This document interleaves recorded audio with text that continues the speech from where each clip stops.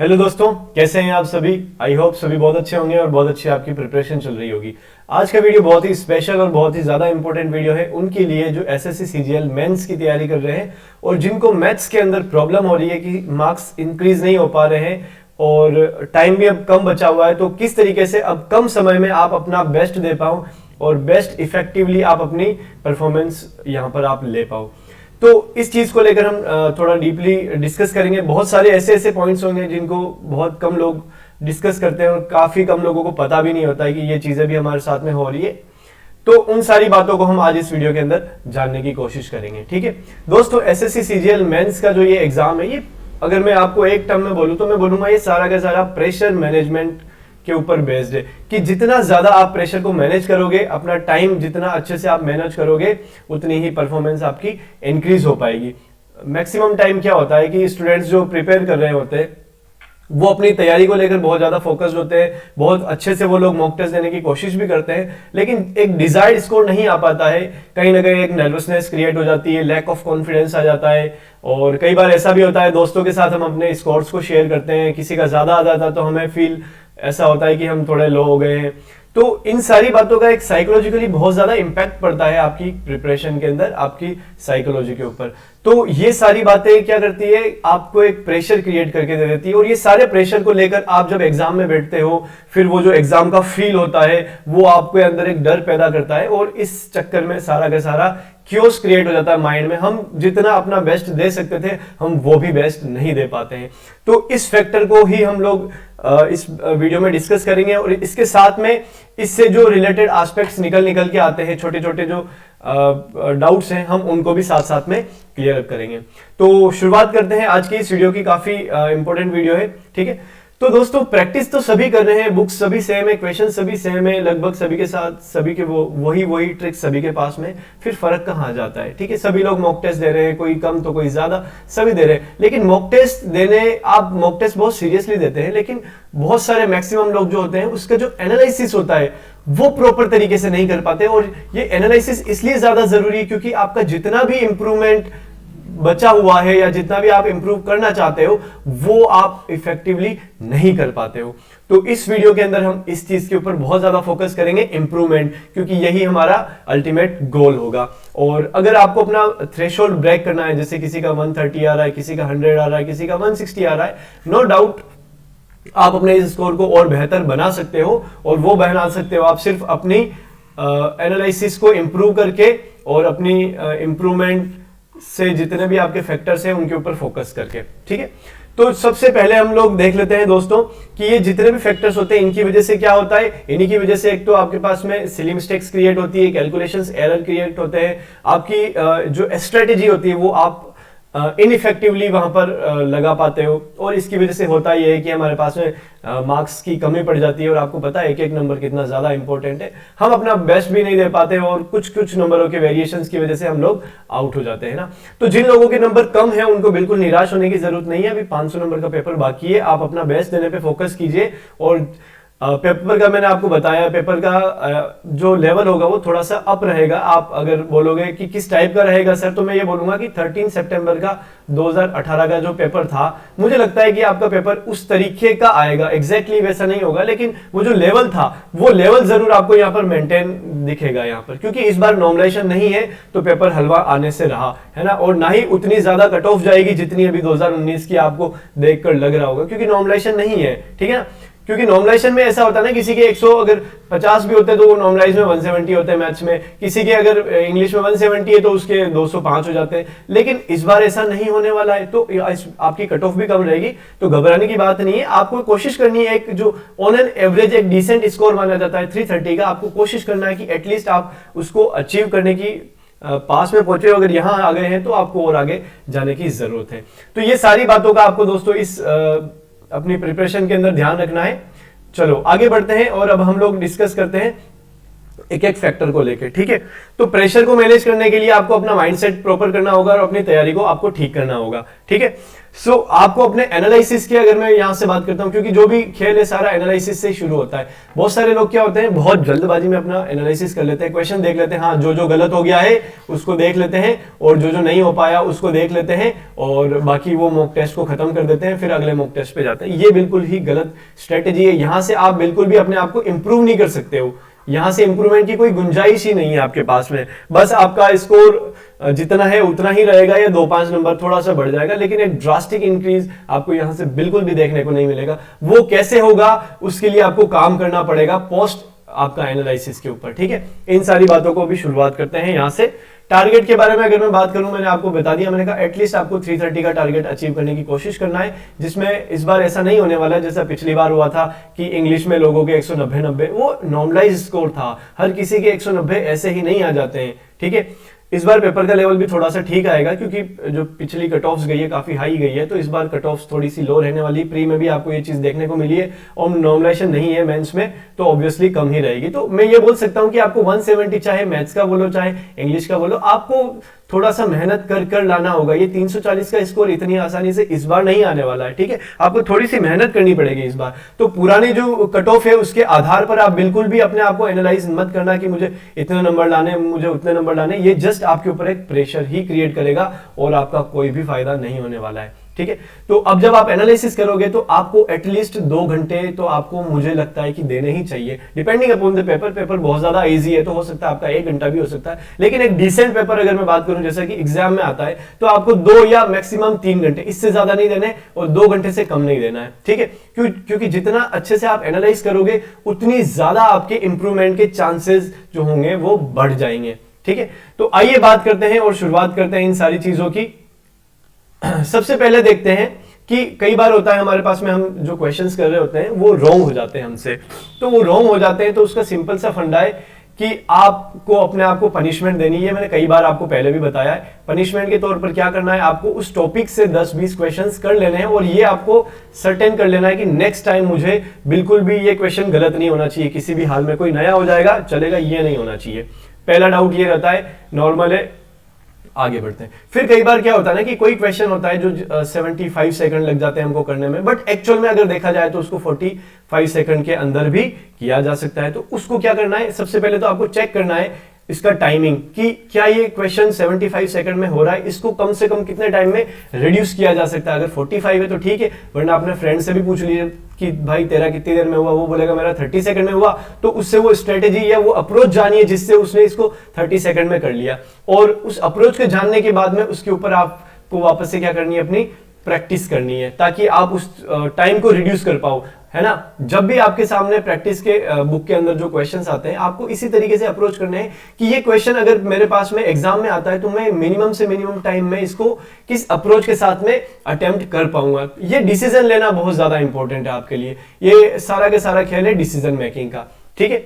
फिर इसके बाद चलते हैं कैलकुलेशन एरर्स, जो होते हैं बिल्कुल होते हैं, क्योंकि हम लोग क्या करते हैं ना, कैलकुलेशन वाले पार्ट को हम लोग बहुत ज्यादा सीरियसली नहीं लेते हैं। तो आपको कम से कम 15 से 20 मिनट डेली क्या करना है, कैलकुलेशंस की प्रैक्टिस करनी है, जिसके अंदर आप कुछ रैंडम जो होगी कैलकुलेशंस करोगे। इससे दोस्तों आपको क्या फायदा होगा, कई बार ऐसा भी होगा आपके सामने कि बहुत सारी कैलकुलेशंस आपके माइंड में सेव हो जाएगी। जैसे कि आपको कोई कैलकुलेशन आ गई है, वो आपने अपने मॉक टेस्ट के अंदर करिए, कल आपने वापस मॉक टेस्ट दिया, वही कैलकुलेशन वहां काम आ रही है, तो वो जो आपके पास में आंसर होगा वो सेव्ड हो जाएगा। और ऐसे ही जब चीजें सेव रहने लग जाएगी तो बहुत सारे ऐसे मल्टीप्लिकेशंस होंगे या ऐसे डिविजन्स होंगे जो आपके माइंड में ऑलरेडी सेव होंगे, और इसका बेनिफिट आपको एग्जाम के पेपर के अंदर जरूर देखने को मिलेगा। कहीं ना कहीं कोई ना कोई कैलकुलेशन वो जरूर रिपीट हो रही होगी, और जैसे ही वो कैलकुलेशन आपके सामने आएगी और आपको लगेगा कि मुझे इसे सोल्व करने की जरूरत नहीं है, ये तो मुझे ऑलरेडी याद है, तो आपको एक अलग सा कॉन्फिडेंस फील होगा, और ये कॉन्फिडेंस आपके मार्क्स को इंक्रीज करने में भी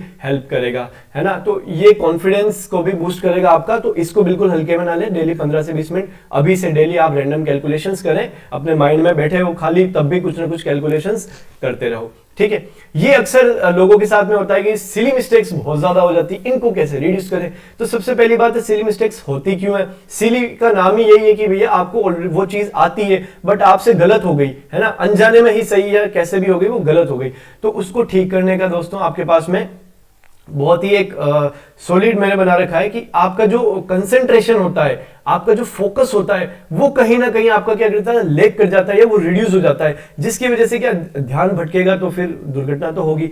तो उसी की वजह से क्या होता है, हमारी सिली मिस्टेक हो जाती है। तो जब भी आप पेपर देते हो, जब भी आपके पास जब क्वेश्चन शुरू होता है, तो अपने आपके माइंड को आपको बिल्कुल फिर से एक रिजुविनेट करना, हर क्वेश्चंस के साथ में अपने माइंड को आपको रिजुविनेट करना है, उसको एनर्जाइज देना है और अपने फोकस को 100% रखना है, ताकि ये सिली मिस्टेक्स ना हो पाए। आपको कुछ भी बहुत ज्यादा नया एक्स्ट्रा करने की जरूरत नहीं है दोस्तों। अगर आपने अपनी कमियों को ही ठीक कर लिया तो आपके 15-20 नंबर तो वैसे ही इंक्रीज हो जाएंगे, ठीक है। और 15-20 नंबर का कितना बड़ा रोल होता है ये आपको अच्छे से पता होगा। सभी को इतना ही करना है। ऐसा नहीं है कि किसी के 50 नंबर आ रहे हैं और वो 170 लाने की सोच रहा है ना, ऐसा नहीं होता है। लोगों के यही आ रहे होते हैं 130, 140, 150। यही से आपको इंप्रूव करना है। कितना इंप्रूव करना है? 20-30 नंबर मैक्सिमम इंक्रीज करने। तो कुछ नंबर तो आप अपने जो वीकनेस है उसको फिक्स कर सकते हो, और कुछ नंबर है जो आपके अपने कुछ नया सीख कर आप कर सकते हो ना। तो सिली मिस्टेक के लिए आपका फोकस बिल्कुल भी लूज नहीं होना चाहिए।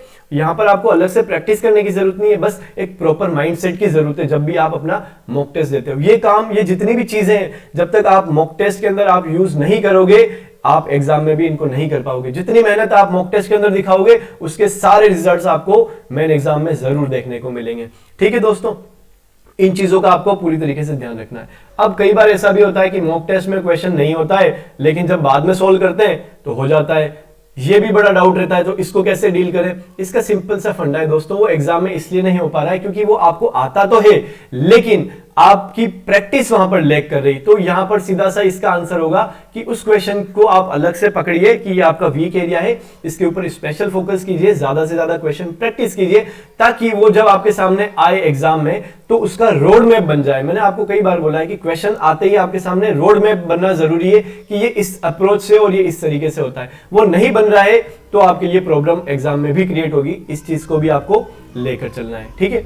और आगे चलते हैं। कई बार ऐसा होता है कि आधा कर देते हैं, हम क्वेश्चन अटेम्प्ट करते हैं, आधा हो जाता है, फिर आधा होने के बाद में हमको लगता है यार ये तो आगे हो नहीं रहा है, इसको कैसे करें, छोड़ें या वापस से इसको करें। तो ये बड़ा सिचुएशन वाला होता है। कई बार लोग क्या करते हैं कि इसको ईगो पे ले लेते हैं कि ये क्वेश्चन हो कैसे नहीं रहा, ये तो मुझे आता है ना। तो इस चीज के लिए दोस्तों एक बहुत ही इफेक्टिव मैंने प्लान बना रखा है, जिसको मैं बोलता हूं 10 सेकंड प्लान। इस प्लान को आप यूज कीजिए, बिलीव मी गाइज, ये बहुत ही आपका टाइम मैनेजमेंट के अंदर हेल्प करेगा और आपकी जो स्ट्रेटेजी है उसको बूस्ट करेगा। तो इस वीडियो इसका जो लिंक है मैंने ऑलरेडी मैं डिस्क्रिप्शन में डाल देता हूं, आप जरूर देख लेना, ठीक है। आगे बढ़ते हैं।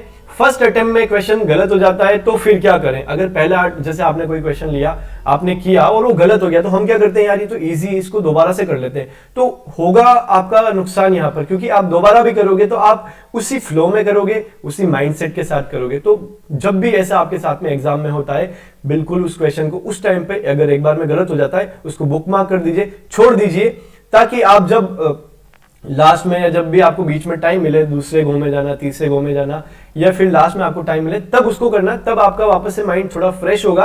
आप वो अप्रोच नहीं फॉलो करोगे जो आपने पहले करी थी, और आप अच्छे से देख पाओगे हाँ मैंने इसमें ये गलती करी थी, है ना।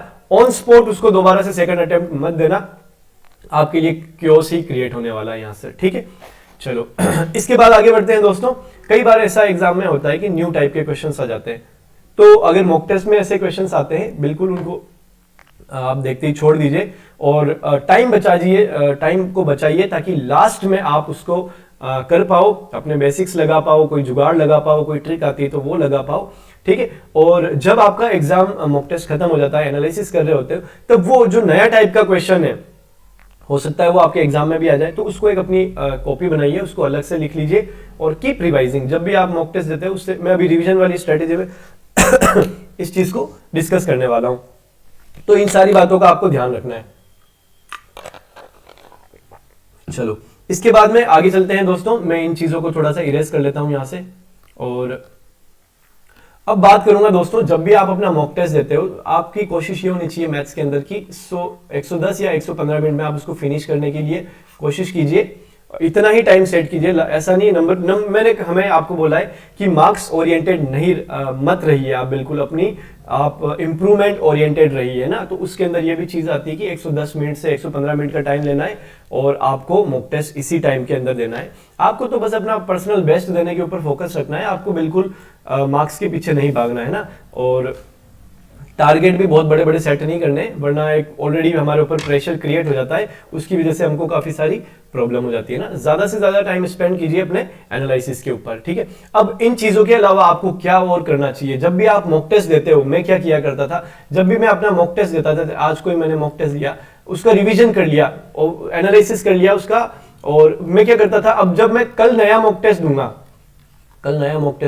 उससे पहले जो मैंने कल मॉक टेस्ट में गलतियां करी थी, जो मुझे हाईलाइटेड लगती है, बुकमार्क वाली लगती है, जो इंपॉर्टेंट लगती है, उनको मैं जरूर इंपॉर्टेंट रिवीजन के अंदर डालूंगा, मैं उनको रिवाइज करूंगा, फिर ही अपना अगला मॉक टेस्ट स्टार्ट करूंगा, ताकि मेरे दिमाग में एटलीस्ट ये रहे कि मुझे ये गलतियां तो नहीं करनी, नहीं हो जाएगी चलेगा, जितनी गलतियां करनी है अभी कर लो, ताकि एग्जाम में वो गलतियां करने की गुंजाइश ना रहे।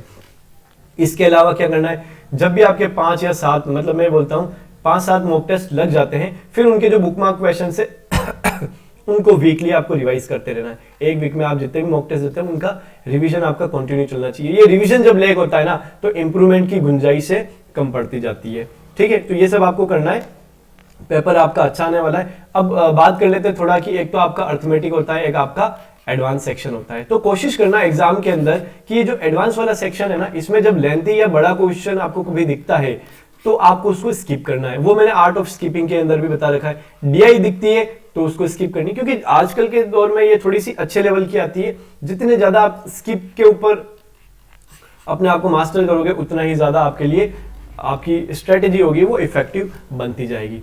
अब कुछ बातों का आपको यह भी ध्यान रखना है कि अब आपको कम से कम ऑनलाइन रहना है, कम से कम आपको YouTube पे अपना टाइम इन्वेस्ट करना है। स्ट्रेटेजी सेक्शन कोई दे रहा है, जैसे मैं दे रहा हूं या कोई और भी दे रहा है, आप उनको देख सकते हो, नो डाउट, लेकिन आपको है ना कोई कोर्स के पीछे नहीं भागना कि कोई 100 क्वेश्चन करा रहा है, कोई 1000 क्वेश्चन करा रहा है, कोई 10,000 क्वेश्चन करा रहा है ना। ये क्वेश्चंस आपके किसी काम के नहीं है, आपको बस अपनी तैयारी के ऊपर फोकस रखना है। हाँ, यूट्यूब का इस्तेमाल कब करना है आपको ये भी बता देता हूं। जब आपको लगता है कि यार इस क्वेश्चन को किसी डिफरेंट अप्रोच के साथ में किया जा सकता है, मुझे वो अप्रोच नहीं आती है, क्या इसकी कोई और अप्रोच है, तो नई अप्रोच के लिए आप जरूर YouTube का इस्तेमाल कर सकते हो। बाकी बहुत ज्यादा आपको ऑनलाइन नहीं रहना है, ज्यादा से ज्यादा ऑफलाइन रहना है। कम से कम आपको मेरे ख्याल से तो ऑनलाइन बैच भी नहीं लेना चाहिए, क्योंकि अभी इतना टाइम है भी नहीं, आपका टाइम वेस्ट हो जाएगा। लेकिन किसी ने ले रखा है तो प्लीज आप थोड़ा इस चीज को थोड़ा सीरियसली लेना, क्योंकि वहां पर आपका टाइम ही वेस्ट होगा, बहुत ज्यादा आपके लिए फायदा नहीं होने वाला है वहां से, ठीक है। तो इन सारी बातों को आपको पूरी तरीके से ध्यान रखना है इस एग्जाम के अंदर, और अपनी तैयारी को इफेक्टिव बनाइए, अपने रिवीजन को बहुत इफेक्टिव बनाइए, डेली रिवीजन करिए, और जितने भी आपकी गलतियां होती है उनको सुधारिए। तो साथ साथ में अपनी प्रिपरेशन को भी आप चलते रहने दीजिए। क्वेश्चंस की प्रैक्टिस जो आपके बुकमार्क क्वेश्चन से, नए क्वेश्चन से, उनको आप करते रहिए। और हाँ, इसके अलावा जितने भी आपके पास में फॉर्मूलाज है, जितनी भी थ्योरम्स है जो आपको कम आती है, आधी अधूरी आती है, या आपके पास जितनी भी ट्रिक्स आपने निकाल रखी है, कोई क्वेश्चन है, इस टाइप की जितनी भी चीजें हैं ना, इन चीजों को आप गैदर कीजिए कॉपी के अंदर, और डेली बेसिस पर क्या करना है, डेली बेसिस पे आपको इनको रिवीजन करना है। स्टार्टिंग में हो सकता है आपका 30-30 मिनट का वेस्ट होगा, लेकिन बिलीव मी गाइस, जब लास्ट में आप पहुंचोगे तो आप 10-10 मिनट में इन सारी चीजों को रिवाइज कर पाओगे। तो ये आपके वेपन से, अगर ये वेपन से आपको पता नहीं कि कहां पर कौन सा वेपन पड़ा हुआ है, तो आप उनको यूज करना तो भूल जाइए। इतना टाइम नहीं होता है, क्योंकि बहुत ही फास्ट क्वेश्चन आते हैं और आपके पास में टाइम की कमी होती है। तो इन सारी बातों का ध्यान रखना है आपको अपने इस एग्जाम के अंदर, और इन सारी मिस्टेक्स को जो हमने डिस्कस किया है इनको रिड्यूस करना है। अपने मॉक टेस्ट के ऊपर अच्छे से टाइम स्पेंड कीजिए, क्योंकि वहीं से इंप्रूवमेंट होती है, और वहीं से आपका थ्रेशोल्ड भी ब्रेक होगा, जो आपका मेंस का मैथ्स का पेपर है। आई होप दोस्तों ये सारी की सारी चीजें आपको अच्छे से समझ में आई होगी। अगर वीडियो पसंद आए तो प्लीज इसे लाइक करें, चैनल को सब्सक्राइब करें, और वीडियो को शेयर करना ना भूलें। ठीक है दोस्तों, थैंक यू।